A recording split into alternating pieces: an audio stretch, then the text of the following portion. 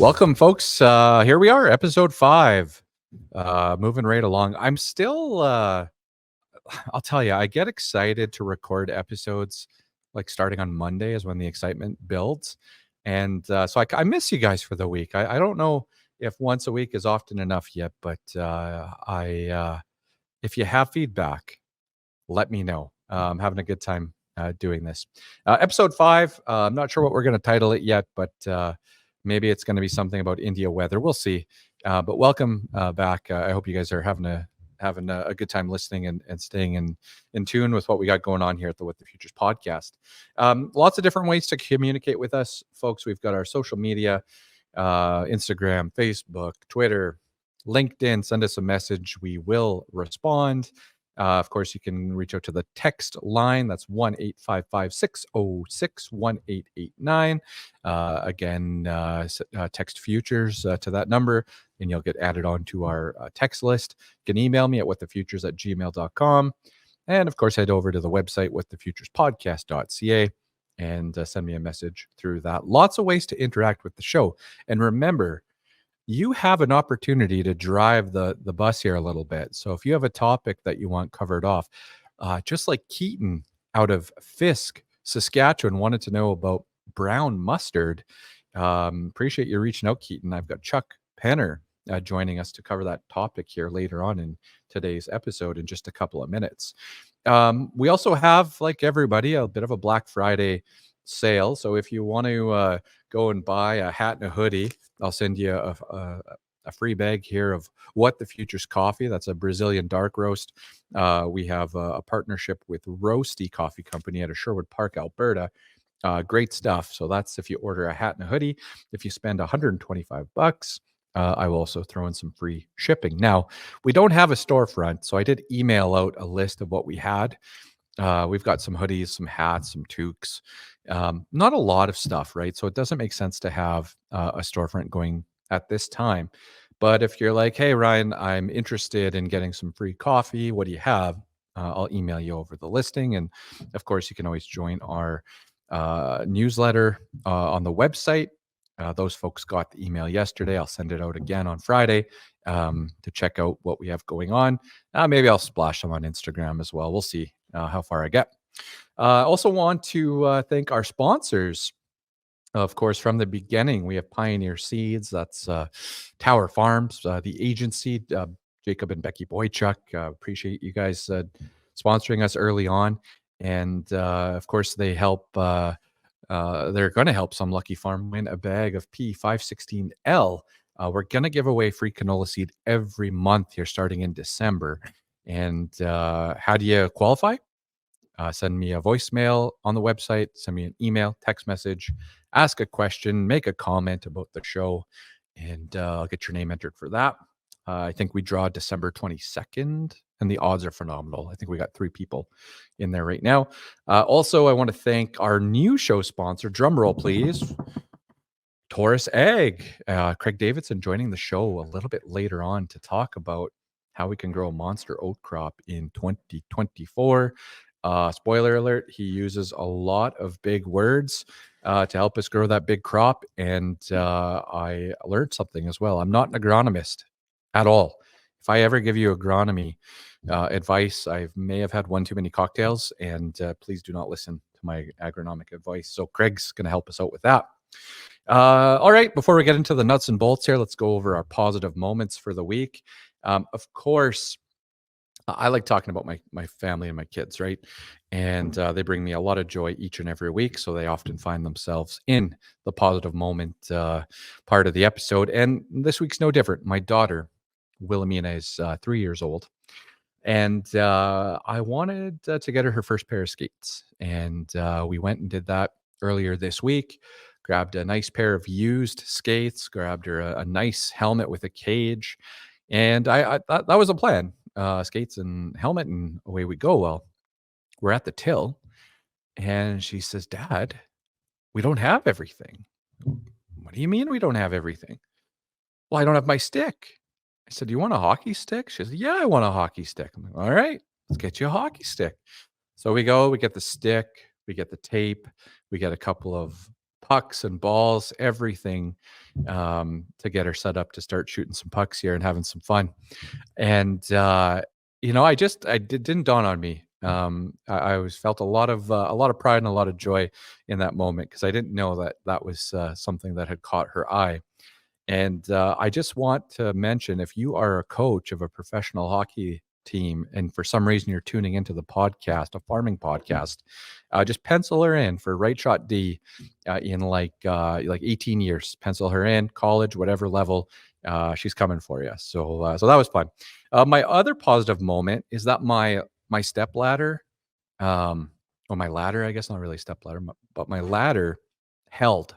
I put my Christmas lights up, and it held once again for another year. Now, you might wonder why that would be such a positive moment, but if you've ever met me or have seen me, I challenge the integrity of that equipment every time I use it. Okay, I'm a bit of a bigger guy, and so when the ladder sees me coming for Christmas light time, it's rallying the troops. It's talking to the rungs. It's getting itself ready for what's about to happen.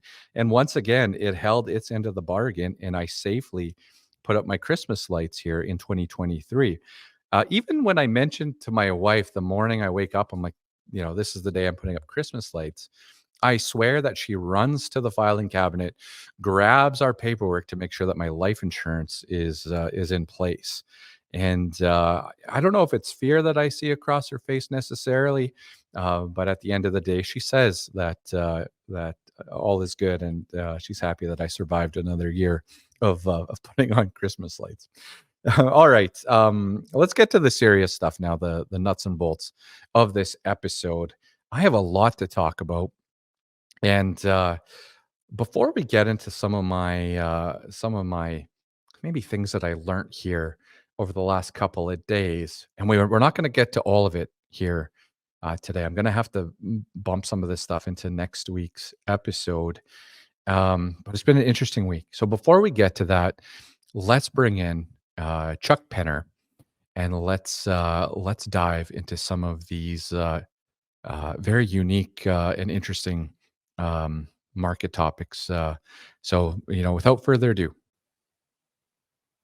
Chuck, welcome back to the What the Futures podcast, man. Appreciate you taking the time to join us. How is your day going? Well, I'm just about to wrap up. Well, no, not quite, but got a few more things to do, but it's been good. I'm always good when Awesome.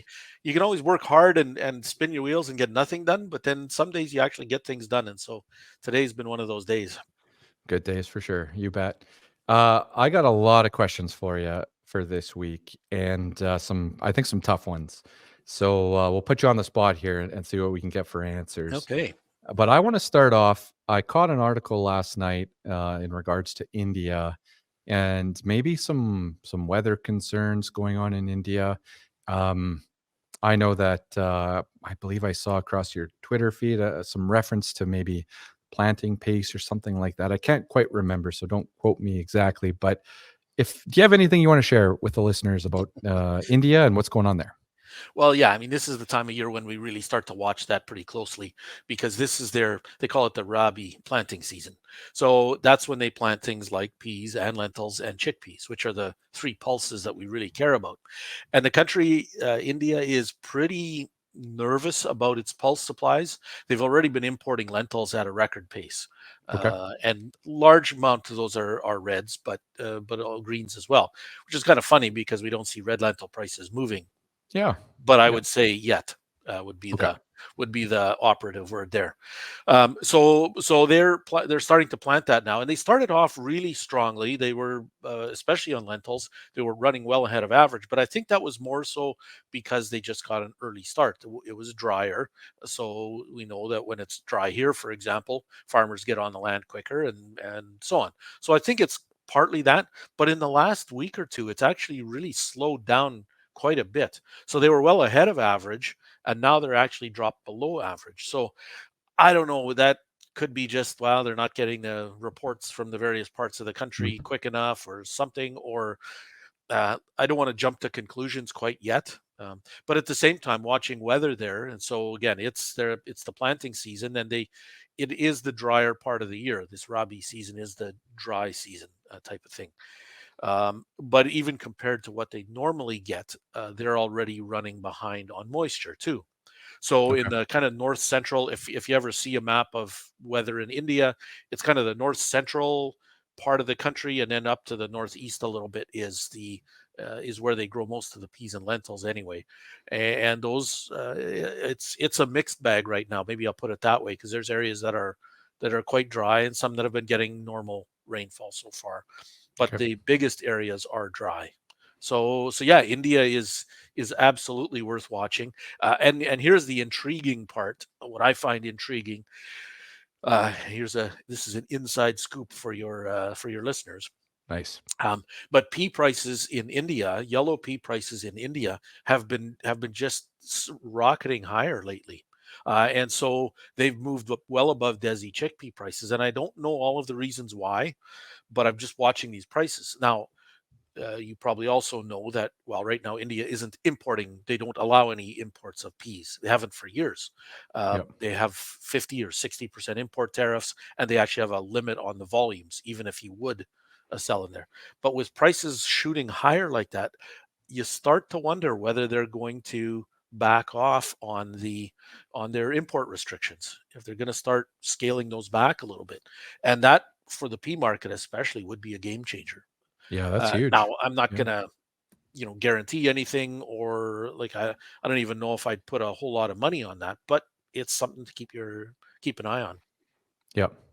I'm just gonna put that down as Chuck's early Christmas present to farmers in Western Canada. Well, it So wouldn't be mine. It would be Mr. Modi's Christmas present. And the other part of that is that India is having an election in April, a general election, okay. and so they want to keep their consumers happy. So higher food prices, they want to try and move away from that. And so, Yep. because they have these restrictions, if they would drop them, you could get more imports in, and and help lower food prices. If only it were that simple here. But Yeah. anyway, Well, that's great. Let's put that on the radar here to keep an eye on what's going on with India. Anything else on that topic, or is that pretty I think covered? that's the big part anyway. The main Good. the main pieces.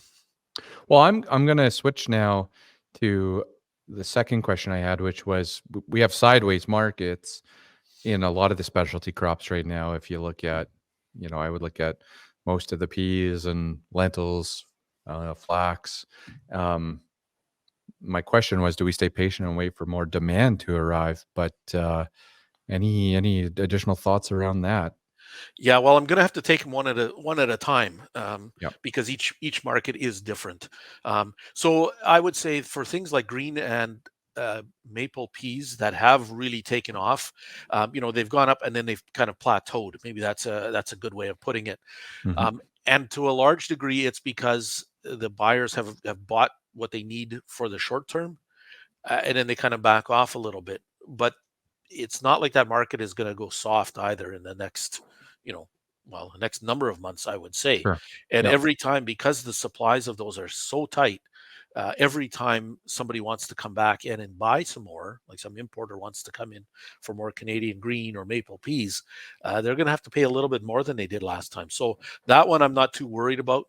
Okay. The yellow pea market, aside from what we just talked about with India, there are a little more concerns there, and it's mostly because there we're competing with Russian peas in China, and Russian peas are, I'm going to say, $40 to $50 a ton cheaper, landed in India, in China, sorry, Hmm. than Canadian peas. So it's really, Canadian peas still have the better quality, but it's acting as a governor on that market. So I don't know. Of course, if India changes its plans, Yep. then all bets are off, and whatever. But that would be kind of the situation for the peas. On flax, that's one where we were really not seeing much, if any, demand at all. We took a bit of a rise early in the year. Mostly that was, I think, like domestic processors, like the people who mill it for feed and for and for oil and that type of thing, that they were getting their coverage, and a little bit from the U.S. as well too. Um, there, I think. We could see a little bit of strength, but earlier I was kind of hoping for more buying from China and from Europe, and so far anyway, there aren't signs that that's happening. It could still happen later in the year. I'm not going to rule it out, but even there, I think the big thing that's going to happen with flax, well, it's actually not going to happen with flax, is that farmers aren't going to be selling much, so that'll Hmm. keep it from dropping too. Um, so that's going to be fairly firm there. Um, on lentils, that was the other one. It's a little bit different for greens versus reds. Greens, those prices are still going higher. So we've Okay. got prices for large greens in the low 70s and small greens in the mid 60s, and so we're at record prices for those. It's kind of a little bit more like green peas. Is that market will kind of it'll fluctuate as people are just going to be buying hand to mouth.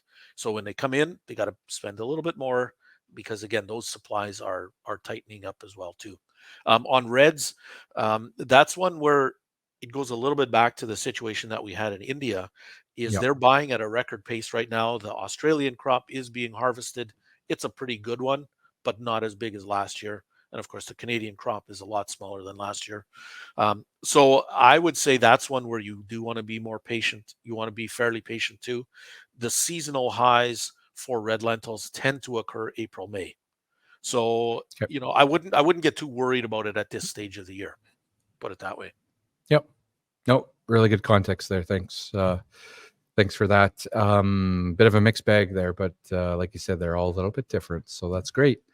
Um, I have a grower question for this week. Keaton out of Fisk, Saskatchewan. And just to give you some perspective on where that is, the closest A&W is in Rosetown. Okay, so Okay. it's just down from Gotcha. Rosetown. Keaton was looking for some insight in the mustard market, which was one of the crops you brought up for our Halloween discussion on a scary crop, maybe for market direction, but specifically brown mustard. What are you seeing in brown mustard? Yeah, it is one where I am where things look a little scarier. I guess that's the point you were trying to make. Um, and so it's uh, put it this way. So I was just this week actually in my newsletter. I was writing about, or I was showing, I was looking at European imports of mustard, and Europe is our largest market for brown mustard. So they're the ones we sell some to the states and so on, but it's Europe mainly that grows a brown or that imports brown mustard. They also import mustard from Russia, a little bit from Ukraine, a little bit from Kazakhstan, a little bit from Moldova, any from out east anyway. And so they have been bumping up their imports, but it's been Canadian share of that market has been actually dropping, and so that's a really troubling signal for me to a large degree. So this year we had better mustard supplies than we did, of course, in 21-22 when there was very, very little. So we've got more mustard still sitting around and some brown, and then of course now the new harvest that's just come off. But we've had more supplies, so I don't think our dropping market share is because we don't have enough to send them. I think it's because our prices have still been high enough that Europeans are finding it better to go out east Okay. for their brown mustard, and that's not a good situation. So largely, I think that we're kind of uncompetitive in the European market at prices where we're at now. Okay. And so they'll buy some. There are loyal buyers there, and so on. But it's farmers here are holding on to their mustard, not just brown, but yellow and oriental too. They're holding on pretty tight, and they've got some pretty high price expectations in mind. I just don't know that those are feasible this year or maybe maybe even next year. Yep. They may get them again, but it may be a long haul before they get them. Okay. Well, Keaton, I hope that answers your question. We appreciate you sending that in. Chuck, that's fantastic work as per usual. One last thing for today. I know you tend to hit the road and put on a few performances throughout the winter here. What do you got coming up for shows or speaking engagements? Well, yeah, if people are looking for a performance, I'm sure they'll be sadly disappointed, sorely disappointed. That's yeah, performing is not my is not my skill. That's for sure. Um, but sorry, that what we've got going on in the next little while. Actually, next week I'm heading out down to Montana. There's a growing grain growers conference down there. I've never been down to that one before in Great Okay, Falls, so that'll be kind of cool. And then I'm doing a virtual one with the Saskatchewan canary seed growers in the middle of December. That's for their AGM. I think okay, I think anybody can dial into that one, join into that one, and then yeah, once we get into January, then I'll be at the crop production show doing a couple of spiels there, and then what else do I got going on? Then later in January, I'm going back down to the States, down to Minot. I'm doing this series of Sask Pulse Grower regional meetings. I'm doing some of them. My partner John is taking Swift Current and North Battleford. I'm taking Weyburn and Humboldt. So those are in February, and then perfect, yeah, I also got one in Yorkton in middle of February too. So yeah, lots going perfect. on. Yeah, you're going to be busy. Lots of chances to catch up with you. So Yep. that's great, Chuck. Let's try to get together again here sometime in December if we can. But always appreciate your insight and that you take some time for the show. So All thank right. you again, and we'll talk to you again soon. All right. Absolutely, Ryan. Talk to you later. It's always great having Chuck join us in these episodes. He's a wealth of knowledge, so I certainly appreciate what we get for perspective. We'll switch gears now to I'm still workshopping segment names, but I'll call this one like markets and stuff, right? I got to get better at coming up with segments and sticking with them each and every week. But of course, my background is crop marketing, and I I don't know. I certainly like to talk about what I'm hearing out there and try to share that with you as well. And this first one, not trying to like pick on anybody out there, per se. But if you look at the canola market, let's talk futures and a few things now. If you look at the canola market, it's it's trading a sideways range. Had a rough day here, U.S. Thanksgiving Day, down like 11 or 13 bucks a ton towards the bottom end of that range, and you get the high side of that somewhere around 720 to 725. What I want to bring up here is that you'll notice that your crushers across the prairies are putting up that sold out sign for December and January and even February in some cases. And I don't think that's a surprise to anybody out there because export business is certainly underwhelming. Chinese demand, quiet. It's hard to export canola seed out of this country right now, or just hasn't happened at the same type of volume as in the past. And so your crushers have some really good margins out there, and it's kind of the only place to really move canola these days. It's at your crusher, so they're filling up. Um, I also noticed mm, the top. Well, I shouldn't say top, but some large consulting firms in Western Canada put out recommendations here altogether. Basically, it's actually a little bit interesting how they all came out very close to each other. And maybe there was a signal there that I wasn't aware of. That's probably it. Of course, lots of very intelligent people running those companies. And canola recommendations came out. So if you can imagine that, so anyway, some large consulting companies, thousands of subscribers across the prairies, not hundreds, thousands, especially when you lump them all together, all got told at the same time to sell canola. All right. And it might be the best decision. I'm not one here to say that that was good or bad, but when you get that message going to a large group of farmers in a small space like Western Canada, that's going to put a little bit of pressure in the market, I would think. That's a call to action. And those recommendations were at like 700, 710, 715, 720, all in there. And, thousands of people got that, and thousands of people, I'm assuming, maybe hundreds, but maybe thousands acted on that news. I'm assuming that, okay? Maybe you got the recommendation, you didn't do anything, but you're paying the big bucks for service. You should be, right, listening and executing.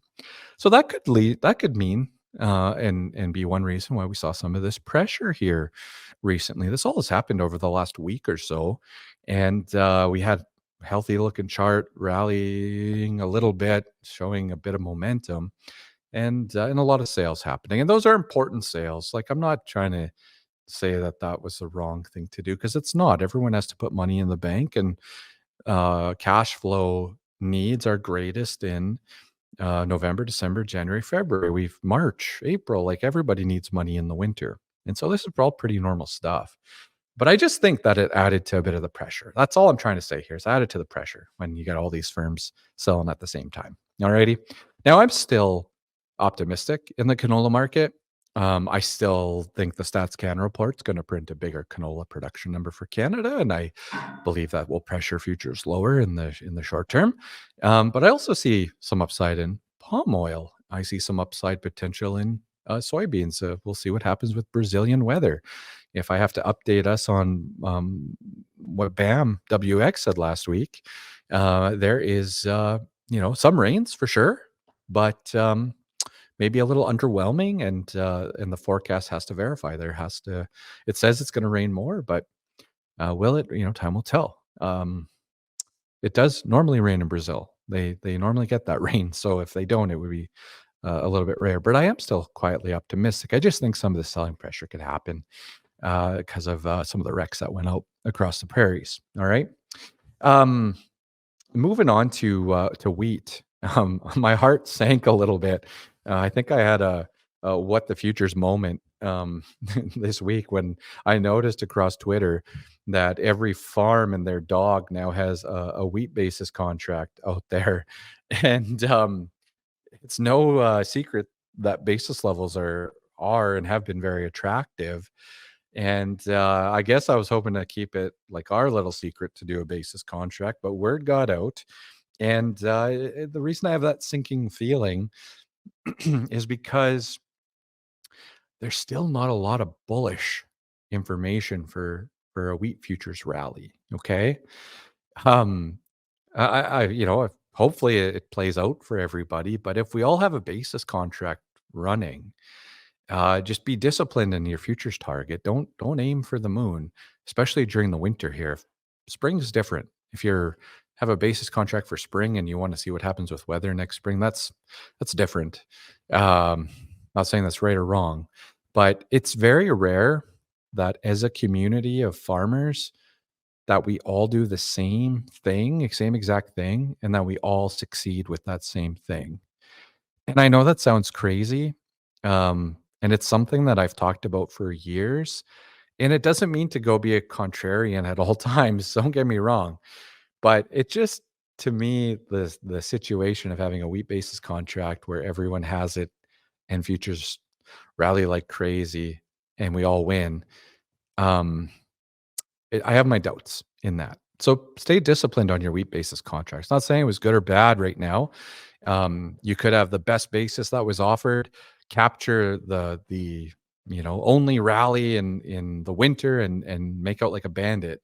But just be disciplined in your wheat basis, because I don't know. This one just kind of it stinks a little bit for me at this time. So if I told you to do a wheat basis and you were like, "Hey, this guy sounds crazy, but I'm going to do it," just keep that target nice and tight and stay disciplined there. Okay. Yeah. Hopefully that helps. I've been chatting with some grain buyers to get some insight on my next topic here, and it's consistent. The message is consistent. Farmers are very bullish.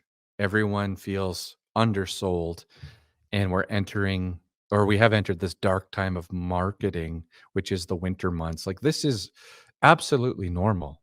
Like, for me, this is when I want to be delivering grain. I don't want to be contracting grain. I want to be delivering grain. And I'm delivering grain to fill up the bank account, to pay all those bills that are coming due in Dec, Jan, Feb, March. this isn't really the time where I do a lot of selling and a lot of marketing per se. It's a dark time. And if you're not in a bull run like in 22 or portions of 23, this is a tough time for marketing. And this is normal. This is absolutely normal. And yeah, it's we got to get through this time before you maybe see that light at the end of the tunnel in that rally. But buyers are all telling me that everyone's kind of holding on. And again, I just don't, in a market that's been trending lower for a lot of crops, some of the big crops, it's yeah, I don't know, just having grain and storage in 23 and 24 has been an expensive marketing plan. All right, what else do I want to switch to now when it comes to marketing here? We've talked about wheat bases, we've talked about canola, I've talked about my grain buyers. Moving forward here, I wanted to chat crop rankings just briefly. And I do crop rankings all sorts of different ways. I do one where I project average price for the year for my region or my farm. I do one with insurance prices when those come out. I do one with actual prices at times, and but I'm trying to figure out what my average price is going to be, because I know I can't sell everything all at once, or I probably won't. But if crop rankings, if you're farming like northern parts of the prairies, maybe Highway 16 North is kind of a benchmark. I noticed here that for my scenario, oats was very, very friendly. The canola market as well at current prices certainly trends towards the high end of crop rankings, which is totally normal and fine. Green peas, I actually got some new crop bids. Green peas between $12.20 and $13 a bushel for next fall. That actually lifted my projections and put green peas in like a top scenario. I don't have lentils in here yet. Lentils would also show some really promising numbers, because you've got new crop bids at 44 cents on small greens, 47 on large greens, small red lentils 32 cents. Some of those would actually pencil out very well as well into some of the top crops. But green peas surprised me, and yellow peas surprised me. Yellow peas seeing as high as $9.75, just a sniff away from $10 for the fall of 24. And I don't see anyone getting that excited about it. I kind of am, but people aren't that excited. Maple peas, a really fun, interesting story where buyers said, "We don't have a price. Just show us what acres you could maybe grow, and we'll come back to you with a price." It's so tight for maple pea seed out there; they don't even know it's going to get planted right now.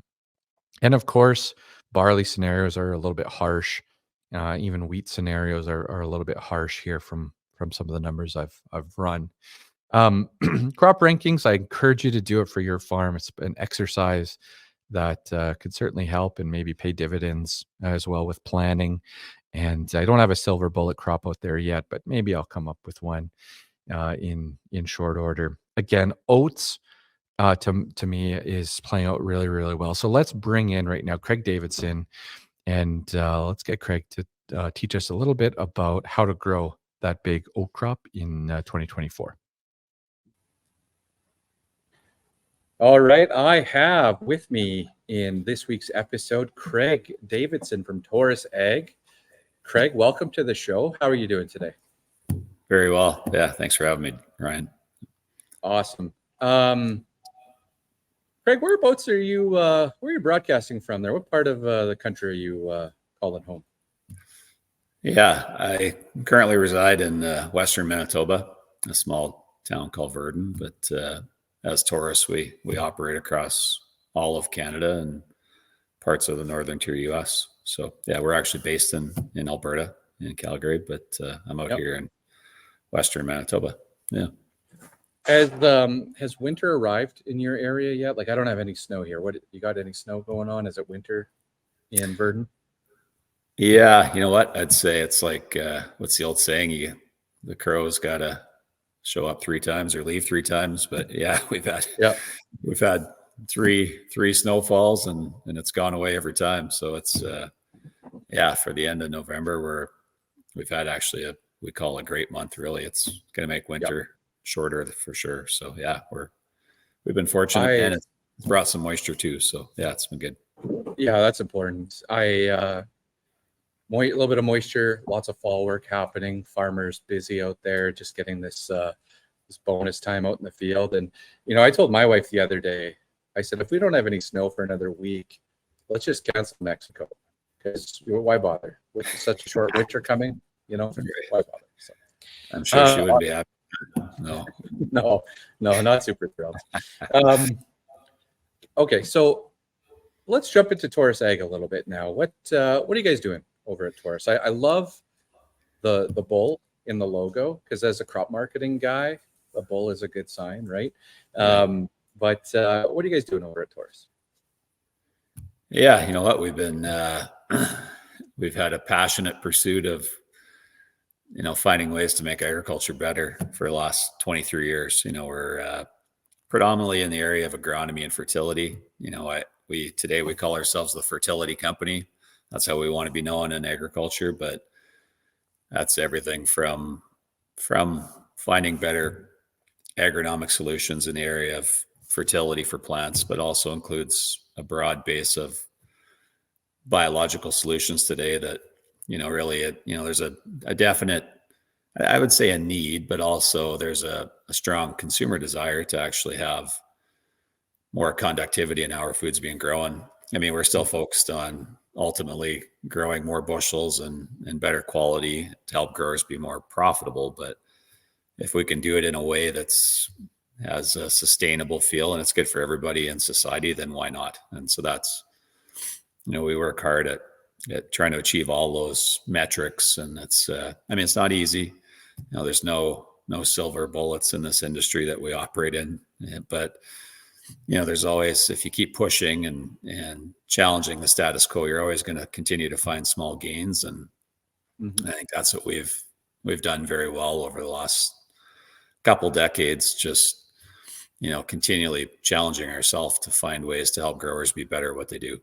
And there's always companies and individuals working on new ideas and new solutions. And yeah, it makes agriculture a real fun place to be. Day to day, yes, we deal with stresses that come our way, but for the most part, we're still helping grow food. And, that part is, that's always, we've always enjoyed that. And, when we can find profitability for growers to do that, then it's kept us in this market for, like I said, a long time. So, yeah.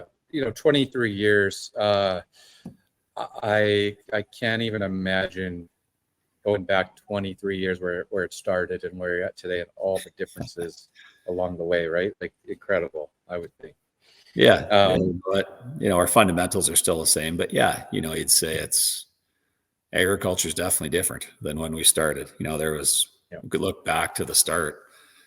You couldn't pencil a profit in any crop back in the late 90s. It's like, why would we be starting a business when you can't make farming make sense, right? And yet growers would always find a way. They'd always find a way to find that crop that worked, or the commodities changed, and away you go again. So isn't that the truth?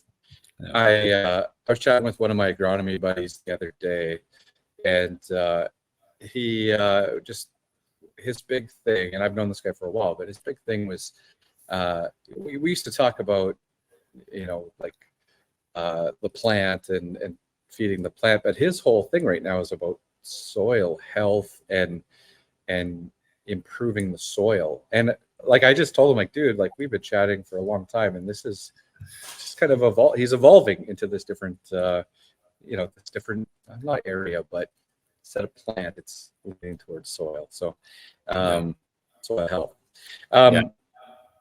So I've got you on the show today. I do this thing called a crop ranking calculator, and it drives farmers bonkers because it's basically a calculation that you can change and manipulate every number, and it's different for depending on, the area that you're farming and how you farm and all that stuff. But I like to do it because it starts to paint a picture on maybe what, we'll see for acres next year. It could also highlight, what's kind of most profitable to look at, in these early days.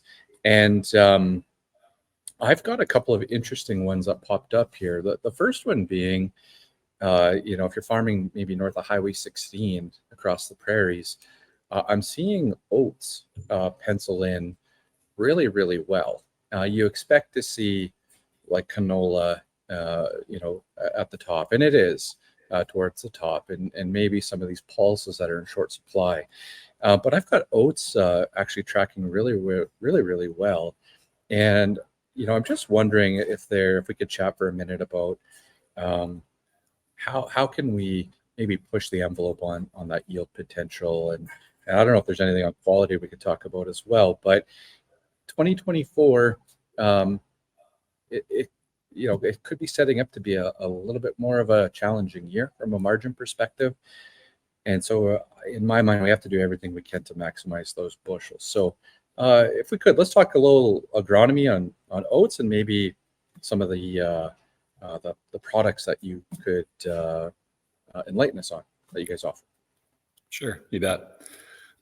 Yeah, I always find it funny, you'd say it's you talk about a crop like oats, and sometimes you think, oh, that's what growers grow to feed horses, or the cattle guys grow their oats so they can get green feed. But in all reality, it's funny today with the technology, the genetics, the varieties that we have today, and our ability to actually pursue both yield and quality, it's changed a lot. And it's, yes, maybe the price per bushel is not in the sweet spot like we want for canola, or what we would consider our cash crops. But yeah, you are right. Like there's an opportunity to drive yield. And when you can push the bar on, 150 plus, you'd say, holy cow, that crop is, and it's not typically, yes, you don't have to go all the way on dollars per acre to grow it either. Right. So it's, in our world, you're right. I would treat a crop of oats just like I would treat a crop of canola. What can we do with it? If you think like that and you say, if we treat it right and we look after it, what potential is there? From the day you put the seed in the ground, how good a quality of seed do you have? How do we get it up and growing quickly?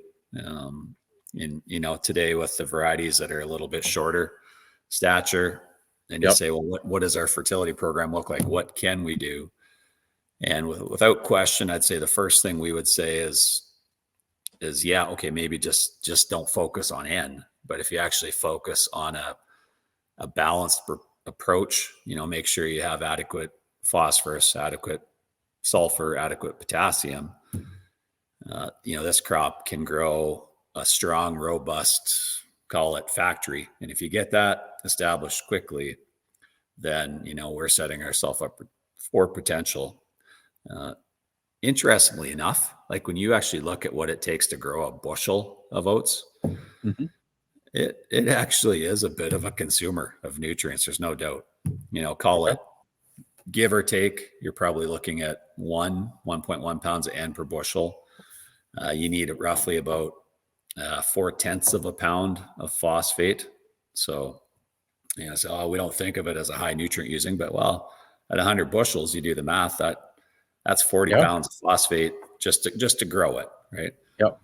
You look at something like potash, and this is where it gets interesting. And if you're talking, call it north of the 16, or you start getting into some of the gray wooded soil areas, it actually takes more potash to grow a bushel than it does nitrogen, which is not all crops are like that. But when it comes to oats, you're close to about 1.5 pounds of potassium per bushel to grow it. So, oh, wow. Yeah. So you want to grow, I'll just use 100 bushels, but say 100 bushels oats, it's got to find 150 pounds of potassium an acre to make that happen. And sometimes that's where we start to fall short, or sometimes that's where the older varieties, if they're a little bit taller, where we had all this N, but it couldn't find enough potassium. And what would they do? they would lodge. So then growers Yep. are like, well, I hate growing oats because they go flat. We can't push yields. And when they go flat, then they don't yield at all. Right. So Yep. even something like sulfur, you're looking at, call it for every 100 bushels, you need about 13 pounds of sulfur to grow that. So all of a sudden it's like, holy cow, this oat crop, if I balance my fertility and I treat it kind of like canola, like put on a balanced approach with higher levels of nutrients, then I'd say, yeah, without a doubt, the pursuit of 150, 160, 170, I mean, you get into parts of Manitoba where I'm from, and 200 and 210, it's like, holy cow, it's like you're growing corn, right? You're finding yields that are hard to fathom. But balanced fertility, focus on phosphate, focus on potash, focus on sulfur. And if you do a good job of that, you will maximize your nitrogen use efficiency, and you'll probably keep it from lodging, because the crop is taking in higher nutrients concentrations at the same rate.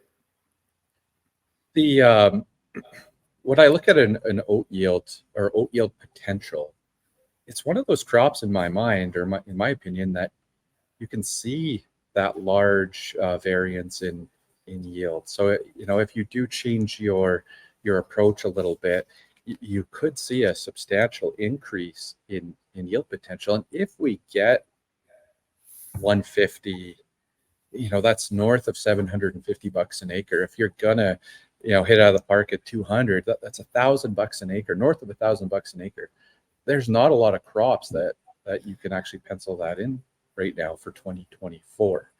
And so it's changing that mentality around that oat crop just a little bit. Is there anything in your toolbox at Taurus that is kind of a go-to for farmers when they're working with an oat crop?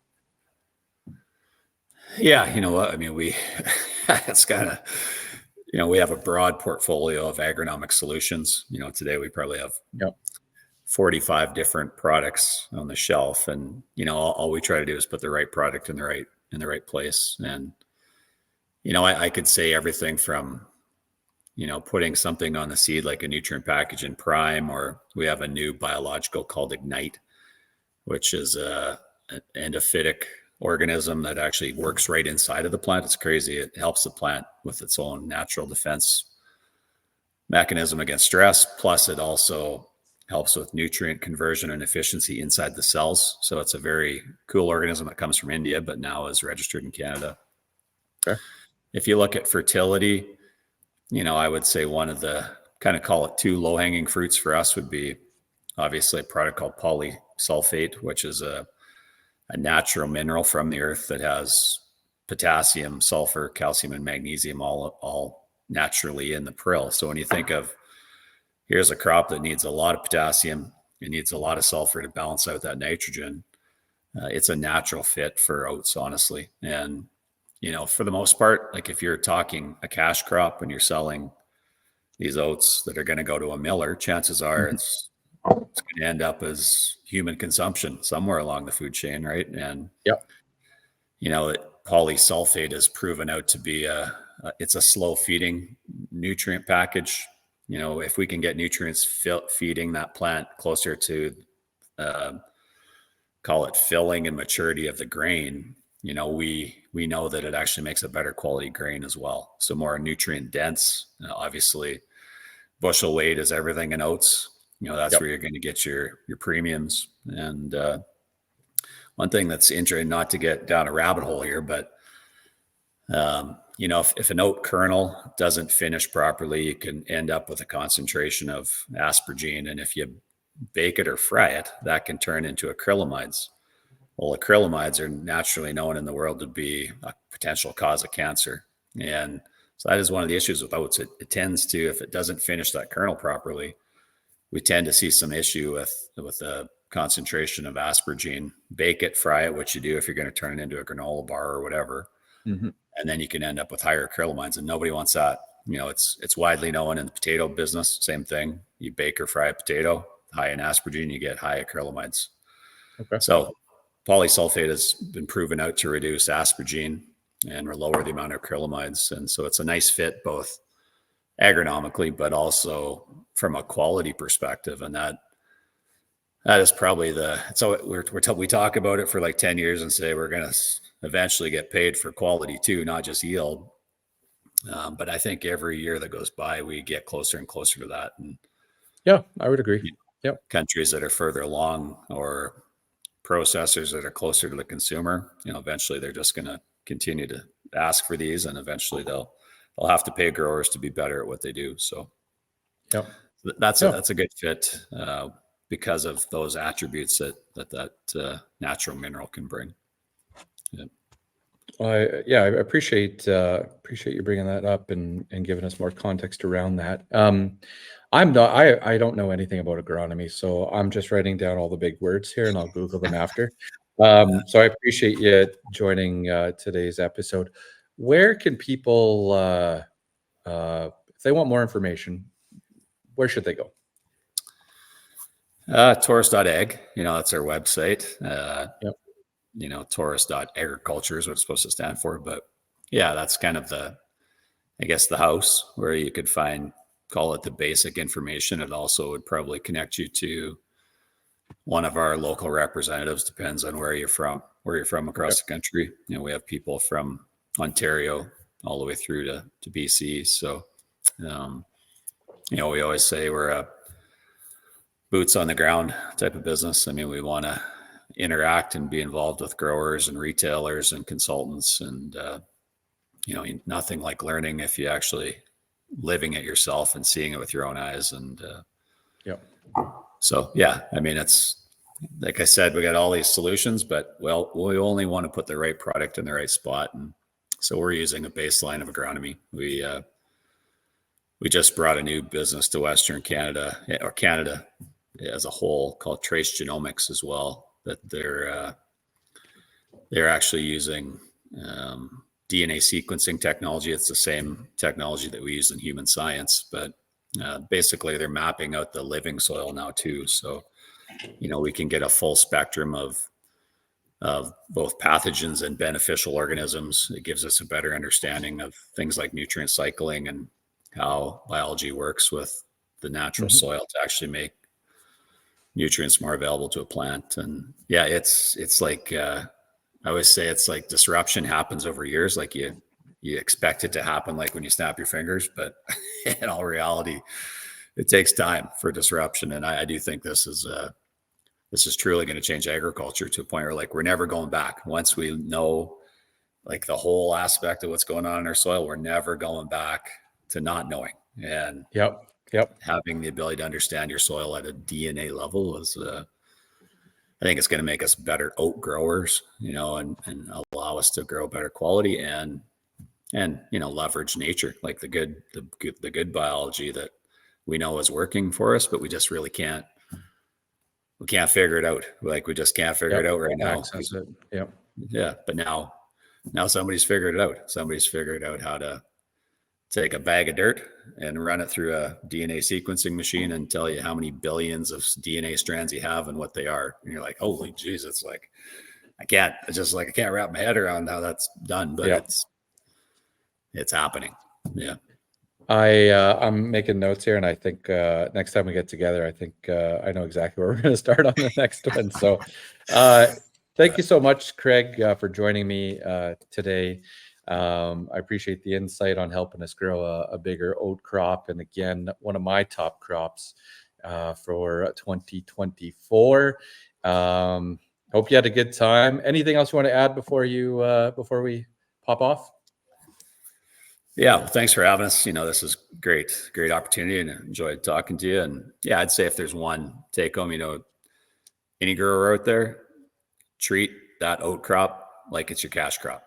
Get it in the ground early, use a good balanced approach to fertility, and pursue fertility, because we know what's possible, but understand even what it takes to grow a bushel. And if you get there, then you can start to map out a plan and say, well, we got to step on the gas a little bit more for this crop. We were treating it. We weren't treating it right. It was like, it's our third, fourth, fifth crop down the line that we'll put it in last and we'll treat it like flax and we don't care. And don't do that. Don't do that. Look after it, treat it right, and it'll give back to you. Yeah. Perfect. Sounds good, Craig. Thanks again, and take care, man. We'll talk soon. Yeah. Thanks a lot. All right, folks. So we're at the last part of the show here. I know it's been a packed episode, longest one to date. Hopefully you enjoyed it. I'm going to defer some stuff to next week. I know Ukraine crops are in pretty good shape over there. We talked about India weather. I want to talk about some crop marketing books that you might be interested in. Maybe we should start a book club. I don't know. I'm going to crack open a new book here right away for my my final month of reading for December. I got a new crop marketing book I'm going to take a look at. So we'll talk about that more in the next episode. I also have the 5 mistakes of crop marketing. We'll talk about that a little bit later on as well. Our farm right now, again, I don't know if this sounds nuts to share about some of the things that we work on at certain times of the year, but personally and the farm we're right now we're focusing on obviously delivering grain is a big part of what we're doing, but lots of conferences coming up, so reviewing agendas, looking at what education pieces are out there, and where we can devote some of our time to learn a new skill or brush up on something. I've also been busy working in Harvest Profit, which is the platform we're using to track our costs and grain contracts and all that good stuff. Been brushing that up for 2024. Actually, Nick with Harvest Profit is going to join me here in a couple of weeks to talk about all sorts of financial stuff when it comes to farming. And so, yeah, I hope you enjoyed this week's episode. If you did, I don't really care if you give me a star, 5 stars or whatever. That doesn't really matter to me. If you do like what you're hearing, I do appreciate you sharing this with your farming friends and neighbors. Again, having a lot of fun putting this together. We do have our Black Friday sale, free shipping, free coffee. And with that, folks, I am out. Take care.